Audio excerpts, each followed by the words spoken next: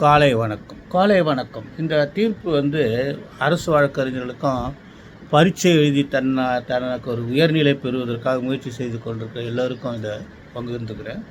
இது AR 2025 supreme court 444 AR 2025 supreme court 444 Edakkandi Dinesh and Alice B Dinesh and others versus state of Kerala. Edakkandi Dinesh and Alice B Dinesh and இது 302 multi number of accuse try பண்ணியிருக்காங்க. Multi number of witnesses, multi number of assailants, mob attack. அதனால் நிறைய சின்ன சின்ன தவறுகள்லாம் இருக்குது. அதெல்லாம் வச்சு விடுதலை கேட்ட ஆர்கியூ பண்ணாங்க. அதை உச்ச நீதிமன்றம் ஏற்றுக்கொள்ளாமல், அது எந்த வகையில் இதெல்லாம் ஏற்றுக்கொள்ளக்கூடிய முரண்பாடுகள் கிடையாதுன்னு கொஞ்சம் டீப்பாக டிஸ்கஸ் பண்ணியிருக்காங்க. தெரிஞ்சு வச்சுக்கிறது உங்களுக்கு நல்லது. ஆனால் இந்த தீர்ப்பை எதுக்கு உங்கள் கூட பகிர்ந்துக்கிறேன்னு கேட்டால், இதில் ஒரு முக்கியமான கருத்து சொல்லியிருக்காங்க. பால்சஸ் இன் யூனோ, பால்சஸ் இன் ஆம்னிபஸ்.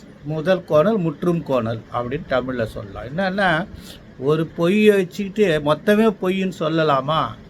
அந்த டாக்ட்ரின், அந்த மேக்சிம் நமக்கு இங்கே இந்தியன் கிரிமினல் ஜூரிஸ்ப்ரூடன்ஸில் கிடையாது. இது நமக்கு இது ஏற்புடைய மேக்சிம் இல்லை அப்படின்னு தீர்ப்பு கொடுத்துருக்காங்க. ஸோ அதை நீங்கள் கன்ஃபார்ம் பண்ணிக்கோங்க.